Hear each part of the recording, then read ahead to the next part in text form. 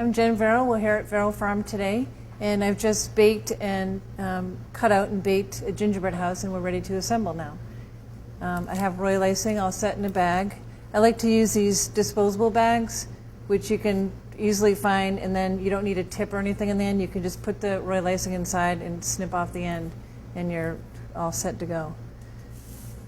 Also, when you're after you assemble, these do tend to dry out. The frosting will get crusty on the ends, so it's a good idea to either put a moist paper towel on the end, or put it in a container, or just wrap it in plastic. But you can leave the frosting out in bags if you don't finish and you want to finish the next day. You can leave it out at room temperature. So I'm going to start with this end piece, and I'm just going to run a line of frosting right here, and then one on the bottom. And then the nice thing about these small houses, you can hold two pieces with one hand. And then I'm going to run along the bottom of this side piece. Place this on the board and put the side, and it should stay like that. And take the other side piece. You want to do this relatively quickly, but you don't need to be worried about it drying too fast, because you can just adjust it when you put the end on right here. And then I just kind of gently press it together.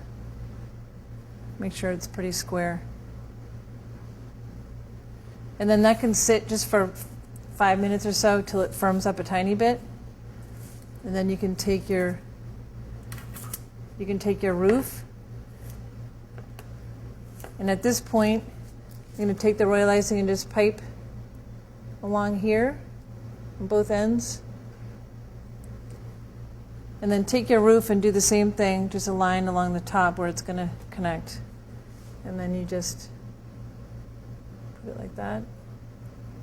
But you can see the royal icing is relatively firm, so nothing's sliding off. The house is small enough, you don't have to worry about propping it up. And then right now you can just let it sit an hour or two, and it's all set to add your candies. Okay, so now we're all set to start decorating. I have some frosting in this bag that has a tip. This royal icing I did thin a tiny bit to make it easy to pipe.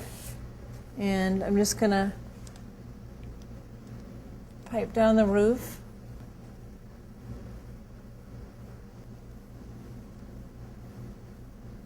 So it looks like snow on the roof. Okay, now I'm going to try putting this candy on for the other side of the roof. You can really get as creative as you want on this. And I like to do kind of a lot of white icing so that it looks like snow. So you can be pretty generous with the icing here. And then however you want to decorate, I have these little kind of star-shaped candies that are cute. And you can alternate different types of candy if you like. Sometimes we use cereal.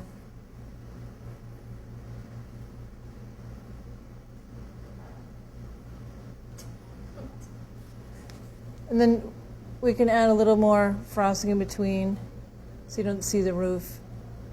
And then I like to use these cinnamon sticks, or they come in all different flavors, but they're just the candy sticks for the top. And just put it right on top, like that. And then I'll show you how to do a tree, if you want to make a tree on the side of the house. What I do is I use these disposable bags, and then you can just cut a V in it, in the tip, and it makes a leaf tip. So you don't need to put a special tip in it. And for that, you have your leaf tip. So the V should be in the center. And then you can just kind of squeeze and pull out, and you'll get a leaf shape. So you can just make the shape of a tree, or you could do bushes, however you want to do it. And then while the frosting's still wet, you can add little sprinkles to it if you want. It makes it look like lights are on the tree. So if you want to do anything like that, you need to do it relatively quickly.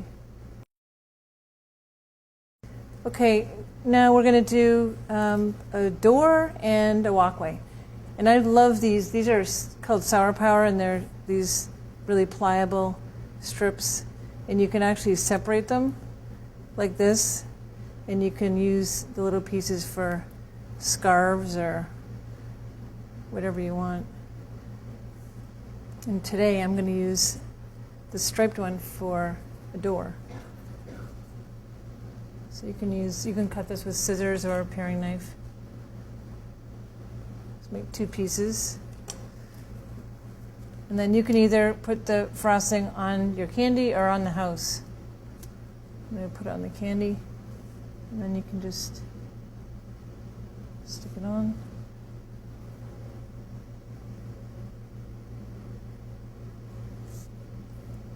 And you can put a doorknob on if you want.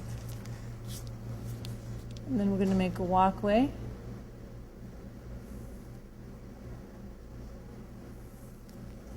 And I have these great chocolate stones here. These come in all colors, mixed colors, and you can just get gray and black. They're really cute, though. You can just lay those down. The little, the Reese's peanut butter cup, the small ones are nice for little kind of planters on the side of the house. Those are cute. So I'm going to continue to decorate mine.